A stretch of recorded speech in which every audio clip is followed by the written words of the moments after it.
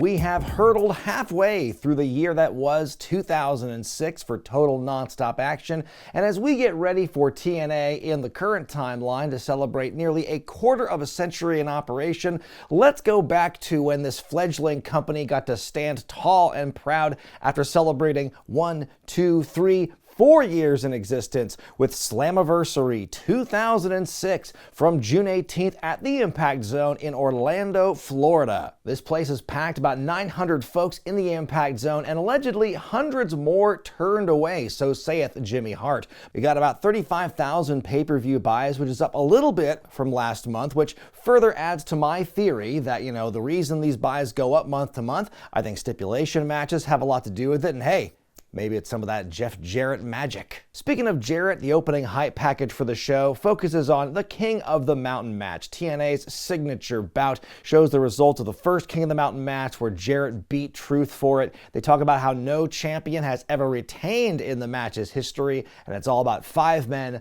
5 egos, who's gonna stand tall at the end. But as the opening pyro wraps up, suddenly we see the James Gang and Team 3D brawl their way out to ringside. So I guess we're just gonna go into it right now, the Bingo Hall brawl between these two teams. But first, let's back up a little bit to Sacrifice. It was the rematch 6 years in the making, James Gang versus Team 3D. The Jameses got a little bit of revenge, beating Team 3D with the help of that big lead pipe. So after the big win on pay-per-view, the James Gang decided to celebrate on the Impact afterward by dressing up as their opponents, which, historically they are wont to do, especially if it involves blackface. Oh my word, look at Kip James here dressed up as Brother Devon. You know what? You can say you didn't know any better in 1998. Brother, it's 8 years later and you're back to doing this shtick. What is up? So Team 3D's response to this was Brother Ray kind of saying, oh, we weren't mad about the blackface. And then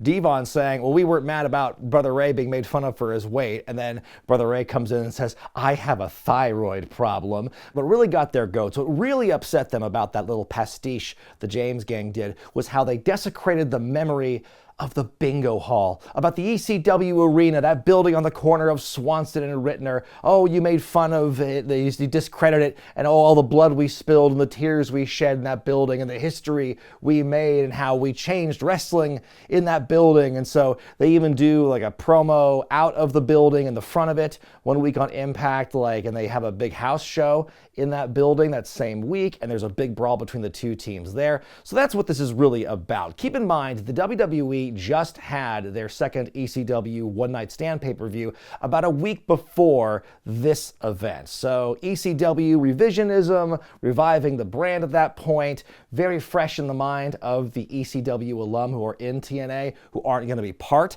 of this revival. So the two teams make it to the ring, still brawling as the match begins. You notice here the referees have changed their looks for the show. It's a big anniversary special, so they really had to class up the referee uniforms for the evening. So it's nice to see Slick Johnson has upgraded from the biker shorts to long referee pants for this show, but good lord, that bow tie he is wearing is enormous. Devon's swinging a kendo stick like crazy. BG tries to jab his way out of it, but he fails. They fight their way to the outside. BG and Devon make their way to the LAX zone where Devon gets beaten up, but not even Conan's old pal BG is safe either. Meanwhile, Brother Ray sets up a guardrail, gives Kip a hip toss onto it, more crowd brawling, some kids hiding behind their chairs, others are offering theirs to the wrestlers, more brawling, more dinking, in comes a trash can full of plunder. We see a bra, we see a cheese grater used, swiped across Kip's forehead, and now he's bleeding. I would have loved to seen someone try to use the bra, not just choking someone out with it, but like, oh, they've exposed the underwire, yeah! Devon does the what's up, but BG puts a trash can right over his crotch to hurt him back,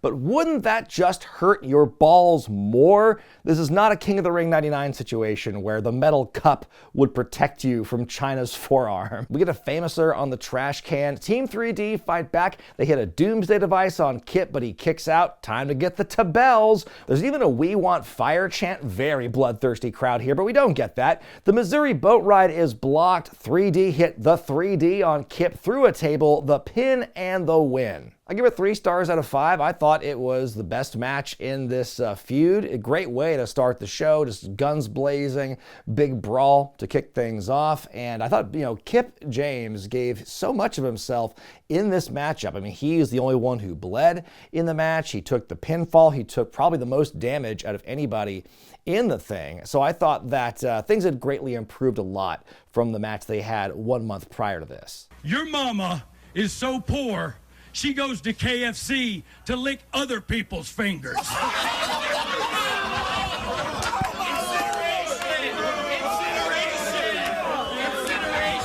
We got Team Mountain Dew, Mike Tenay and Don West on the call for the night. They're breaking down the rest of the card. And then we see Jeremy Borash in the promo zone with Jeff Jarrett. And Jarrett's looking great here. His tan is on point. His hair is the best it's looked in ages. So he talks about how nights like this are what make good wrestlers great. His whole life, people have been saying, Jeff can't do this, Jeff can't do that. Well, in basketball, he became an academic All-American on the basketball team in college. And then he became Rookie of the Year when he started wrestling. And since then, he's been in, quote, money matches time and again. I don't know if the big matches you've been in I would call money matches. Then he compares himself to Reggie Jackson and Michael Jordan and Joe Montana in that he always comes through when the chips are down and his back's against the wall. That's when he performs his best. He says, Christian Cage and Sting, their egos are going to cancel each other out, and his blood and sweat and his tears have helped build this company, and he's going to, become champion again. I thought it was a very good promo for him because he got to play both sides. He's a heel that you detest because he makes all these grand comparisons between himself and Michael Jordan and whatnot, but at the same time, this is his company, and he gets to have a little victory lap because he brings up that people said they wouldn't give TNA 4 weeks or 6 months, and now we're still here. So yeah, he gets to kind of rub that in people's faces a little bit, I think. He gets to have that pride that he can show off as a heel, but it's also very justified for him, I'd say. But then in walks the head of the championship committee, Larry Expositio, always interrupting people during their promo time. How rude. So he goes, Jeff, your guess as to who the new face of the TNA management. Turns out you were right. And so, no, now we're really in trouble. So Jarrett gets mad about this. They both storm off. And then Jeremy Borash is like, well, who could it be? So more questions arising here. Moving on to a handicap match as Bobby Roode and Coach Scott D'Amore take on the War Machine Rhino. As we saw last month at Sacrifice, Rhino resumed his feud against Coach D'Amore, and Team Canada lost that one-on-one match to Bobby Roode at pay-per-view thanks to interference from the manager. And so D'Amore continues to make Rhino's life miserable. They cost him the qualifying match for King of the Mountain against Abyss on TV. Now Rhino is asked to take on 2 members of his choice from the team, and he's chosen Roode and D'Amore for this as well. So now Scott's, oh my God, it's the great archetypal scared shitless manager finally having to get in a match and possibly, get what's coming to him. Although I thought it was funny, like if Rhino really wanted to up the odds of him winning, why don't you just pick like a lower tier member of Team Canada, like Eric Young or, A1 or Johnny Devine? You could easily go through him and D'Amore, probably a lot faster than D'Amore and Roode. So Coach D'Amore is on the mic before the match, says he's seen the fear in Rhino's eyes. You only wanted Roode in the match so you wouldn't look as bad when I kick your ass one-on-one. And then D'Amore says the only thing handicapped in this match is Rhino's IQ. He tells Roode to go stand on the apron and witness his greatness as he is going to go it alone with Rhino. And then as soon as Rhino's music plays, he gets in the ring, D'Amore runs away. And he lets Bobby Roode do it at first. So Roode goes to skin the cat, Rhino doesn't go for it, and Bobby just goes, shit! Coach D'Amore tries to encourage Roode, gives him a little back slap, but he forgets that means it's a tag. Now he's on the run for a while, but then Roode cuts Rhino off on the outside. We get a lot of cheap shots by the heels here. D'Amore tries to get quick pins, a lot of quick tags by the heels. I am very distracted at this point that one of the roaming cameras, their white balance is a bit off, so just looks a little more yellowish than everything else. I know, it's a kind of a nitpick. D'Amore actually shows a lot of wrestling acumen in this one. A nice jawbreaker, knee drop, fist drops. Commentary does put over that he used to wrestle before he managed. The heels keep piling on the heat. D'Amore even takes the shirt off to reveal the physique, which is so funny how they're like, oh my God, he's this fat load. He's so gross and fat and he's disgusting. And it's like, he looks fine he looks normal. He's like not cut like Bobby Roode, but he's far from the biggest guy in the company. Goes up for the moonsault, but gets none of it. Roode with a flying nothing, and he gets caught. D'Amore hits Rhino with the hockey stick with the referee distracted, but he walks right into a spine buster. Rhino shit cans Roode, hits the gore on D'Amore. The pin and the win for Rhino. I give this one 3 stars out of 5. Again, it's a really good story told in a nice, compact, accessible way, just like the babyface after months of trying to go after this evil shit-talking manager. That guy finally gets his. You know, he takes the big move, has the fans very happy. This is the right kind of show for a blow-off like that. And so, yay, bully for Rhino. Good win for him after what he's been going through the last few months. JB is in Samoa Joe's dramatically lit dressing room. Oh man, wouldn't that have been a great bit for Joe's career? Every company he worked for, whether it was TNA, WWE, AEW, every time you saw him in a dressing room, it was just always lit like this. Since last Slammiversary, when you made your debut, you've taken out everyone in your path, but you haven't faced anyone like Scott Steiner. Joe says Scott Steiner's never faced anyone like him. He says Scott's always been able to intimidate people, but he can't intimidate Joe. And he's got that famous Steiner short fuse, but Joe's going to be the one with the lighter. He also says Scott's never been pinned in TNA, which doesn't seem that impressive because I think Scott's only had, 2 official matches, but he says that Joe is going to take that from him as well. Pretty good promo. Up next, a rankings match for the #1 contendership for the X Division title. You've got Senshi, Shark Boy, Petey Williams, Jay Lethal, Alex Shelley, and Sonjay Dutt in the mix. You see Shelley setting his camcorder up at ringside. I'm not sure what he hopes to get in frame because you can see in the viewfinder that's a pretty tight shot of the corner he's got there. It's really interesting that it seems that every month on TNA you're bound to get one multi-man X Division match with some kind of unique stipulation that sets it apart from everything else on the show. This is going to be like an elimination 6-man match, 2 men in the ring at a time, and the order of eliminations determines the rankings for the X Division title. So Shark Boy and Petey Williams start things out. Petey goes for the O Canada in the corner, but Shark Boy bites his way out of it. Nice bit of action with Petey and Lethal. A cool straitjacket hold by Shelley, but Lethal counters out of it. Sonjay gets a hot tag in. He starts out with lots of momentum, starts doing the sprinkler, but it backfires. Shelley drags him by the crotch across the ropes. I love that. Shelley pissing off Garçon du Recoin, and before we know it, we work our way into a 6-man suplex spot. Sonjay avoids the Dead Sea drop, but he walks into a neckbreaker. Shark Boy misses the elbow drop. Dutt hits him with a standing shooting star and eliminates him. Alex goes for a big senton splash, but Jay puts the knees up. Big full Nelson suplex, and Alex Shelley is gone. Lethal dives outside. Sonjay with a beautiful moonsault onto everyone else. Lethal missing a top rope splash. He takes a Canadian destroyer. He's out. Senshi with a blind tag, but Petey fights back. Williams takes the Sonjay cutter and the Warriors way in quick succession, and so he's out. We're down to Senshi and Sonjay. Some really great back and forth between them. Sonjay goes for a 450, but Senshi puts up the knees. Huge drop kick into the corner and a big bump by Dutt. The Tree of Woe into the double stomp right into the mush. Senshi wins and is the new #1 contender. I give this one 4 stars out of 5. Really good start to the pay-per-view so far. We're 3 matches in, and each one of them have told a very different story with very different players involved. But the action in this match was very fun, action-packed throughout. Everyone got a little bit of time to shine here, and we are continuing the Senshi push. And we don't even know at this point just how long this one's going to go. JB is backstage with a tired Alex Shelley and his newest mentor, Kevin Nash. So Alex, he literally just worked that 6-man match. He was one of the first guys eliminated, but he's making all these excuses. So I don't know if you saw the match on the monitor, but there was 10, 20 guys. Some of them had knives, camera, and then he's like, the camera adds 10 or 15 pounds. The lighting had a big issue to do with it too, as to why he lost.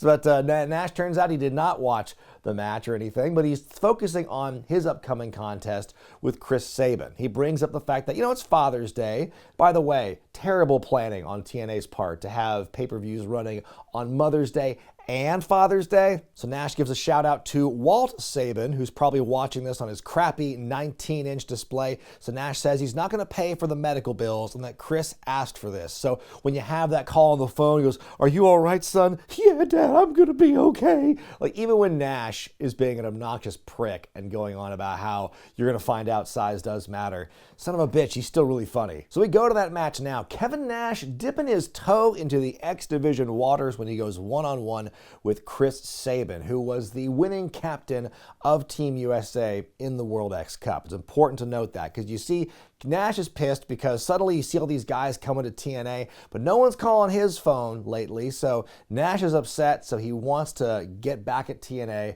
by going after the big thing that, you know, TNA really holds near and dear to their hearts, the X Division. It's what really sets them apart, these plucky, smaller guys who are flying everywhere. Obviously, Nash, a larger man who comes from an era of larger dudes being the top guys and the stars in wrestling.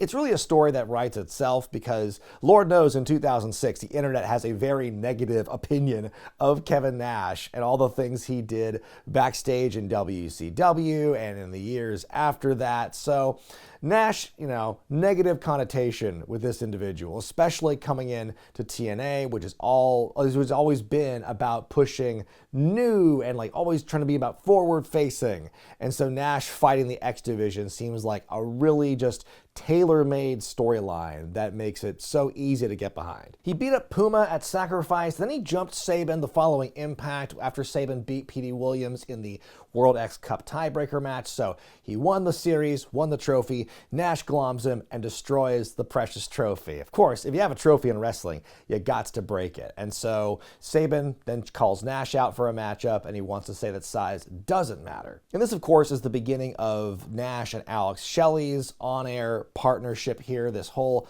mentor-protege thing. It's very much like the cartoon dogs on Looney Tunes, the big one, and like the little sidekick jumping around and everything. That's the vibe I get from Nash and Shelley in this one. As Sabin makes his entrance, I'm pretty sure this is the pay-per-view debut of the SoCal Val camera through the legs shot, which would go on for a very long time for this company on TV and pay-per-view, which to me is a funny directorial choice. Like, somebody had the idea, okay, what's gonna get people interested in our product when they're tuning through the channels? They're gonna go, "Oh, lady legs, woohoo!" Nash starts out with some big punches. He absorbs a flurry of shots by Sabin, but just takes him down with a knee. Commentary keeps bringing up Kevin Nash's history of knee injuries early in the match. Like, the number of surgeries he has keeps going up. It starts like with 10 and goes to 12 and 13 by the end of the match. Sabin finally takes the big man down with a drop kick. Nash powders, beckons for Alex Shelley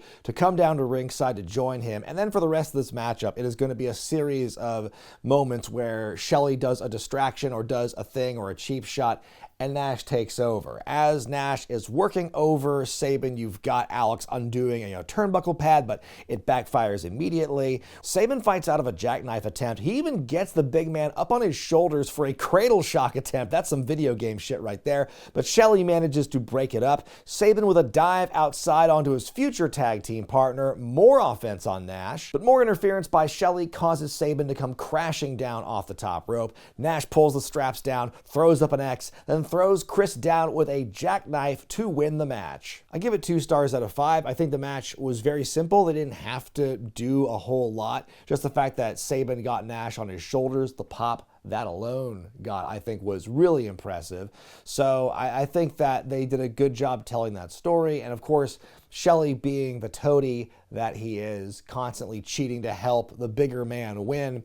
It's great heat for them. Makes me really curious to see where this union with them is going to go. We go to JB in the promo zone with America's Most Wanted and Gail Kim. It's the last chance for AJ Styles and Christopher Daniels to win the belts, but Chris Harris says they have no chance. They've beaten them every time they've faced off, and they bring up the fact that, hey, AJ and Daniels have said there's going to be a neutralizer to counteract Gail Kim, but they're not too worried about it. Kim says that it's going to be no different from any other night. James Storm wraps this promo up by saying he's happier than a fat gopher in soft dirt. Whatever you say, cowboy. So up next for the NWA World Tag Titles, Styles and Daniels challenge against AMW one more time. Of course, Harris and Storm, they are a record-setting tag team. They've had the belts for 8 months and change at this point. They've already fought back the challenge of Styles and Daniels, but they say, hey, Gail Kim has been responsible for all this, so we're just going to ask for this match one more time because we're not going to have to ask again after this one.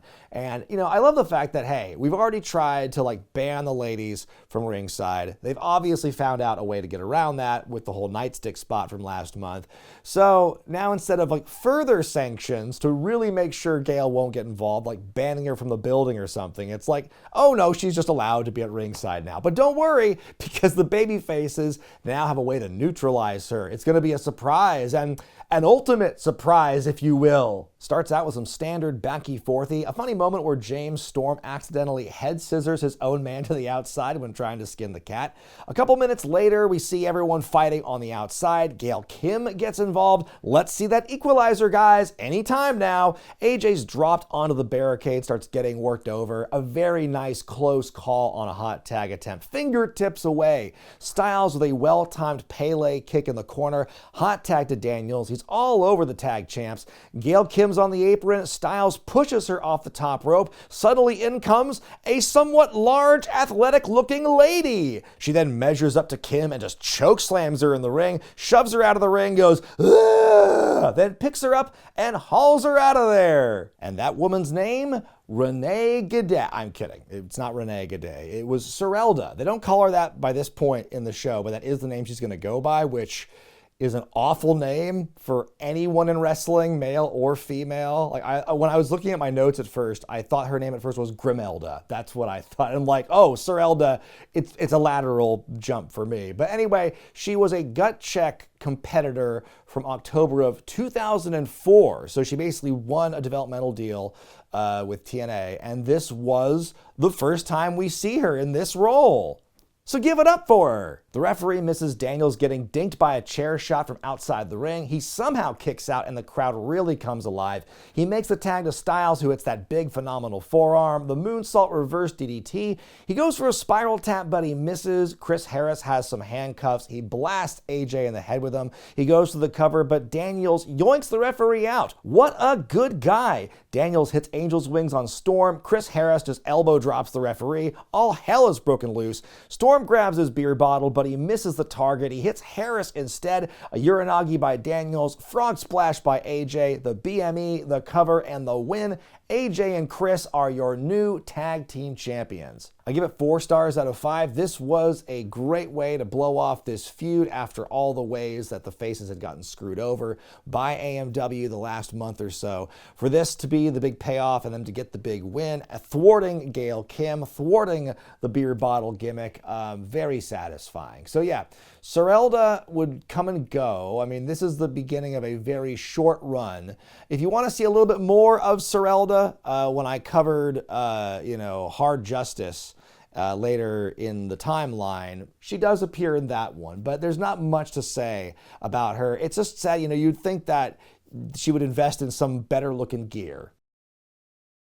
JB is backstage with the Stinger, who's jazzed to be in the first ever King of the Mountain match. According to him, his first, certainly, but definitely not the first. Stinger says he can multitask, and if he has a chance to win the world title, he will take it. But Christian Cage, don't let your mouth override your rear end. And he wants to keep Jarrett away from the world title if it's the last thing he does, because it's showtime. And, you might have noticed he doesn't really talk about the other people in this matchup, like Abyss or Ron the Truth Killings. And sadly, that is a reflection of just the overall build for this matchup, because no one really thinks that they're gonna win this one, sadly. We then get a big hype video featuring highlights from the first 4 years of TNA, including that one time when Hulk Hogan almost came to TNA. So for the last 2 pay-per-views, they have been teasing that there's gonna be a new face of TNA management. It's gonna really shake the foundation of the company to its core. Larry Zbyszko's certainly been nervous about it, so after all this time, we see Mike Tenay in the ring, and he's going to introduce the new face of management, Jim Cornette, the former manager and promoter, booker in his own right, is now the new public face of TNA management. He's fresh off a knee surgery, and they said, he was not going to miss this for the world. He just had knee surgery last week, but he's going to be here tonight. Give it up for him. So he shows up, he throws the cane away, and it looks like he immediately regrets doing that because he starts walking down the ramp, and he looks to be in a lot of pain. He's like, I got this. I can do it. Like, oh, man. I get it, Jim. You don't want to trade, your tennis racket in for a cane, but man, looks like you really could have used it. So he gets in the ring and he says, finally, he's back on pay-per-view. He puts over the last match saying that is what tag team wrestling is all about. At this point, it seems really obvious we are getting like canned arena audio. Like, I'm sure that the Impact Zone relied on that to some extent throughout the entire existence there at Universal, but I didn't really notice it until this particular moment, because the way this is the constant cheering as like Cornette is just talking and doing his speech, it's major Ted DiBiase with WXO vibes. I got to give you a little background. You see, the fact of the matter is, they said that when TNA first started, a lot of people said it wouldn't last 4 weeks. He says when TNA first started, they said it wouldn't last 4 weeks, 4 months. Well, it's been 4 years and TNA is bigger than ever. Yes, well, Cornette would know a thing or two about, companies defying people's short prognoses for survival. He says these 4 years have not been without its problems. The corporation in charge had no wrestling knowledge, so they hired experts who ended up bringing in their own personal vendettas, incompetence, nepotism, and so on. So what does a corporation do when they're a victim of malfeasance? They hire a guy who serves jail time for a white-collar crime, and they bring him in to make sure things are running well, which sounds like a really bad strategy to do that. Hey, guy who's been in jail for breaking laws for corporate things, come and join our corporation. What's the worst that could happen? He puts over the young talent, says too many people are resting on their big fat laurels, and that's going to change. His job is to make sure every seat here is full and that people are chanting TNA. He's got 3 goals. He wants you to have great matches, he wants people who can sell matches, and people who can draw ratings, and if you can't do any of those things, then you need to get out. And he wraps it up by thanking the fans and telling them to enjoy the rest of the show. This is a great opening speech by Cornette. He establishes that he is at times controversial and not politically correct, and but he is not going to lay down for people like who want to like big up. He says, try me, I got management on my side. I think this is a great showing. I think it's a great advancement for TNA at this point. 06 is already such a big year for them in terms of the people they've acquired, and Jim Cornette, who is not too far removed from leaving the WWE umbrella, being part of OVW and getting fired from that. So he is still like relatively fresh. He is consistently at this point a big voice in everything that a lot of hardcore fans would consider wrong with wrestling, and a lot of hardcore fans gravitate to TNA because it's not WWE. It's not all the things that are considered bad for the business at that point by the hardcores. And so Cornette fits that niche perfectly. He's got the legitimacy, he's got the respect, he's not totally angry and divisive at this point in the timeline. He's just kind of a fun, welcome, anti-establishment voice in the wrestling world at this time, but he's got tons of legitimacy, and it's nothing but a good thing for TNA at this point. Borash is backstage with Scott Steiner, who insists on calling his opponent tonight, Samoa Joe, Sloppy Joe. I've beaten everyone from Sting to Goldberg to Triple H to Batista to John Cena. Who have you beaten, Mr. X Division? Tonight, I know there are some rednecks in the crowd who are fat just like you, who want you watching you to beat me.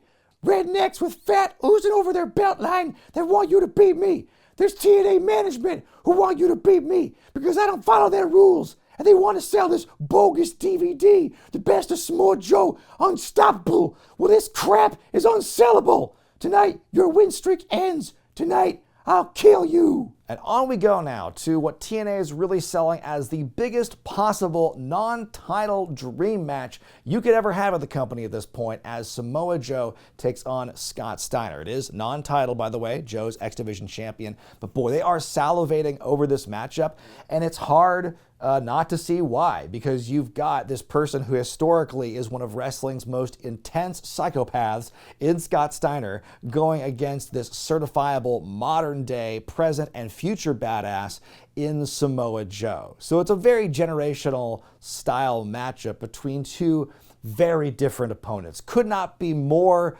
different in all the different ways you could think of for professional wrestling. And I think that's what makes this matchup on paper so damn cool. Samoa Joe will take on Big Papa Pump, Scott Steiner, right here in this ring. Listen to this crowd. I love the sign somebody brought, Samoa Joe. It starts out with some sizing up, Steiner showing some disrespect early on. Then it turns into a strike exchange. Joe wins that one in a hurry, but Scott gets back up, hits a big suplex. Steiner powders, Joe diving right after him. But back in the ring, Scott with an eye poke, hitting the belly to belly. Who's the man? He picks up Joe and hits a danged power bomb on him. Couldn't believe that. But then Joe recovers. He catches Steiner, this triangle hold. Steiner with a move from Joe's playbook. It looks like he's doing the Uranagi, but I think Joe's got to remind him to do the move, because once they collide in there, it's like, oh, that looked weird. So on the outside, Scott grabs a chair. The referee takes it away from him at first, but then Steiner does get it back and hits Joe with it twice on the outside, like once in the gut and once in the face, like bam, baseball bat style. And you'd think that'd be a DQ, right? Because it's not a no DQ match or anything, but the bell doesn't ring. And then you hear the ring announcer go, ladies and gentlemen, the referee of this matchup has given them the count of 10 or he will throw it out. Like, whoa, we're just gonna like say it's time to get back in the ring now, but chair shots are fine. Then after a third chair shot, Joe is still able to get back into the ring in time, fires up in a major way. He hits a Uranagi of his own. They're trading strikes. Joe catching Scott in the coquina clutch, takes him down. Steiner's able to fight out of it for a second. Joe gets it back on, but then Steiner takes Joe to Dick Kick City, again, right in front of the referee. Follows up with a brutal-looking half Nelson suplex. He locks in the recliner, but Joe fights out. He manages to get Steiner up on his shoulders, and then he drops him down, and Steiner just kind of lands awkwardly by the ropes, and then he takes a big snap power slam. Joe wins and remains unbeaten in TNA. But here's the thing. I have seen in the last year or so, I've been reviewing Scott Steiner matches. I have seen them try that spot no fewer than 4 times over the years. So I'm just wondering, who was it the first time they did that spot that nailed it so perfectly? They've been trying to recapture that success ever since, because every time I've seen them try to recreate it since then, it looks like shit. But that aside, I'm going to give this one 3.5 stars out of 5. I don't quite understand how the rules went out the window in this one, but regardless, I was there for it because this was a great physical matchup, great back and forth, plays to Steiner's strength very well. I think these two, you couldn't imagine two different of opponents, stylistically, mentally, that sort of thing, but they just worked really well and had a very fun physical matchup here. Just continuing adding to Joe's legitimacy. He is now, he's got another big win outside the X division. And so Steiner did his job very well. JB is in the PZ with the champ CC. Christian Cage wearing a ring jacket that looks suspiciously like a giant target on his chest. Is this symbolic, King? So Christian opens up. He's like, Jeremy, happy Slammiversary to you. And then Jeremy starts to kind of opine about, the memories of you showing up last year at Slammiversary. And then Christian kind of cuts him off like, whoa, we're not getting into that. Let's focus on, let's divert the attention back to the King of the Mountain match. So he starts off by reminding people he is the champion. And if he had a dime for every time someone told him the champion has never won at King of the Mountain before, he'd have 51 dimes. He says Sting was correct when he said that once you're the NWA World Champion, you never stop thinking about it and how, you live it, you breathe it, you taste it every time you put the belt on, how it runs through your veins. And so he says, if you think I'm not ready, you bet your sweet little asses that I'm ready. It's weird to hear someone say sweet little asses in wrestling. But then he puts over all the opponents. He's actually the first person all night to put over all the people involved in the matchup. He says, you've got Abyss, you've got Ron Killings, you've got Jeff Jarrett, you've got the legend Sting, and I'll show you the defending world champion. Because why? catchphrase. So on we go to the main event. It's the King of the Mountain for the NWA World Championship as Christian defends against Jeff Jarrett, Sting, Abyss, and Ron the Truth Killings. We had a series of qualifying matches to see who would get in to the King of the Mountain matchup, and like I said earlier in this review, the focus is pretty much entirely on Christian and Sting and Jarrett.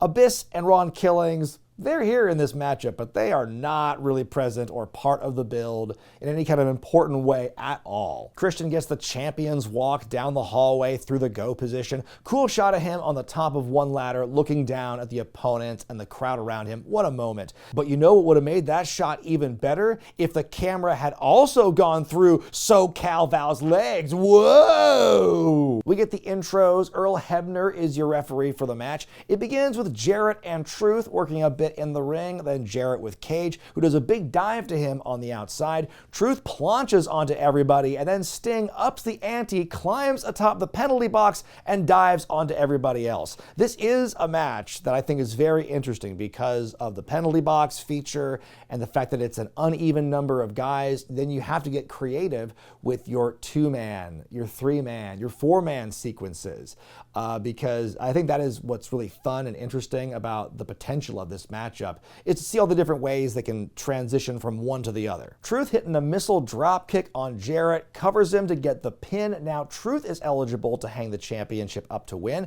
Abyss goes to pick up Christian, but he avoids it, does the schoolboy, and pins Abyss. Wow, that's all it takes, huh? Man, I would hate to have Abyss on my side in a Survivor Series matchup, because if a schoolboy is enough for Christian to get a pin and King of the Mountain after everything those two had gone through, yikes. I love this moment where Jarrett is about to leave the cage, but Abyss is coming in, so Jarrett's like, whoa, whoa, whoa, whoa, ho, ho, wait, hey, hey. A couple of Chekhov's tables have been set up on the outside as the match continues. Now Abyss and Jarrett stack up some more of them. A little later, Jarrett hits Truth with a super stroke off the apron into the barricade and covers him to get a pinfall. I'm kind of surprised that he didn't do that variation of the stroke more, because that looked devastating. Lots of fighting all over the place. You have Abyss fighting Sting on one end of the impact zone, Jarrett and Christian on the other. Killings gets out of the penalty box. He's the first one to try and hang the belt up, but Abyss cuts him off. Abyss and Double J using a ladder together. Truth lands on top of it at one point. They just dump him out of the ring. Cage shoving Jarrett very naturally into the narrow part of the ladder opening. Then Jarrett becomes the base for an inverted ladder that Christian then tries to climb from the inside to hang it. I could not stop laughing at this spot. Like, who came up with this idea? It's a lot to ask to get Jarrett to fit through that top part above like the hinges of the ladder. And then he's got to be him crawling on his hands and knees to get in position was so funny to me. It was a very interesting concept, but the execution was so weird. Truth climbs again, Truth gets dumped out again. Earl Hebner goes down, and now Jarrett and Abyss fight for the belt. Abyss hitting the black hole slam. Slick Johnson comes in and makes the count. Now Biss is eligible, but now Larry Zbyszko comes in. He shoos referee Johnson away. What's that about? Then Abyss is like, I'm gonna climb this out of position ladder for some reason, so Sting can shove him down onto all those Chekhov's tables. By the way, the new Chekhov's table shirt is available on my Pro Wrestling Tees store, along with 2 other brand new designs. Check them out today. We get Sting and Cage fighting each other, Sting putting the Scorpion Deathlock on Christian, then Jarrett somehow escapes the penalty box about 20 seconds before he should have. He's all sneaky up the ladder, which prompts Sting to release the hold. So then Sting and Cage take down Jarrett. Remember, the story that Sting has is, more than anything, he wants to remove the cancer that is Jarrett from TNA. So he's like, I'm gonna put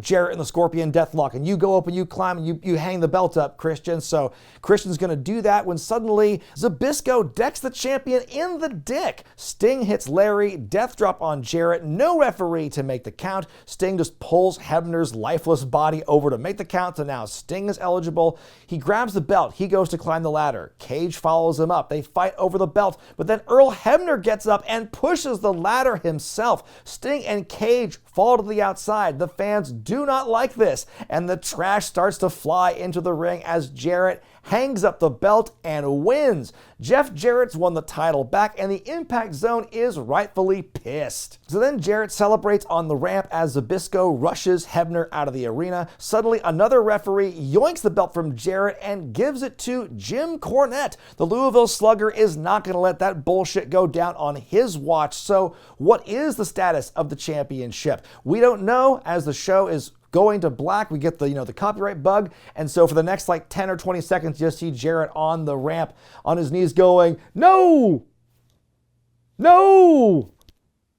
No!" I think it was a fine version of their signature match, but fuck that finish. That it's like anytime Jarrett wins in a bullshit manner, wins a championship, anytime Earl Hebner is involved in a finish to this extent, it's never a fun time. It's always frustrating. And I feel that, I will give them credit. They did a good job when they first established that Earl Hebner was in TNA. And there was the whole, oh man, you never know with Hebner, but then nothing happened. And so on that end of it, it was frustrating, but then it puts you in the false sense of security when he does something like this. Because now, oh my God, Hebner actually was involved in something controversial. So, I will give them credit to that. I just hate the fact that we're doing a dirty referee conspiracy storyline in big 2006. Do we really want that at this day and age? I feel especially when the Montreal Screwjob is less than a decade old at this point and still rings so vividly in people's minds. I don't know if that was the best thing in the world. Boy, pour one out for Christian Cage's first ever world title reign. It is disappointing that after, the wait, after seeing how he was treated, he didn't get that opportunity in WWE. So happy for him to finally get that shot in a different company, to be like a bigger fish in a smaller pond. He gets that title. And, it's like to have that, you go from winning it, which is great, but then the Monty Brown feud, if you want to call it that, didn't really amount to much. You had the decent program with Abyss. I think it really put Abyss over as a real killer, and it strengthened Christian's resume. I think it showed off some of his strengths. But for it to end on this kind of non-definitive, controversial way in a multi-man like King of the Mountains, kind of a cluster to begin with, that is a bit disappointing. So it was unfortunate as a longtime peep to see this run be, kind of like a means to an end essentially, because we know that the long-term goal is Jarrett versus Sting. So Cage as a babyface champion is kind of a nice way to move the plot along without too much, consequence to the bigger, more principal players. And so it was an acceptable, decent babyface world title run. It didn't do anything earth-shattering, but you did get to see some of his strengths and some of the things that make him so popular and lovable amongst the fan base come out in this reign. But the show does end on kind of a cliffhanger note. How will the championship situation be resolved? Well, I guess we have to find out when we return to TNA when I do my next pay-per-view review. But as far as Slammiversary 2006, the big 4-year anniversary event, I think that, there's a lot of really solid story advancement, a lot of entertaining blow-offs on this show, on the undercard. I think you got managers getting beat up, you got Kevin Nash fighting the X Division, you got new champions, you have a new authority figure, and a big old conspiracy as the cherry on top. Really makes this a very fun show to get through. But what did you think of Slammiversary 2006 and this new big twist in the Planet Jarrett conspiracy? Let me know in the comments section below. Be sure to give the video a thumbs up if you like it, subscribe to Wrestling with Regret, hit the bell icon to get all the notifications. Now the next time we review TNA 06, we are going to be coming to you in July with Victory Road 06. That's going to be a big show. Hey, it's going to be the return of Shane Douglas to the classic reviews after he comes back from rehab. But before that, for the first time all year, I am going back to WCW to review another classic show from 1998. I'm talking about the Great American Bash,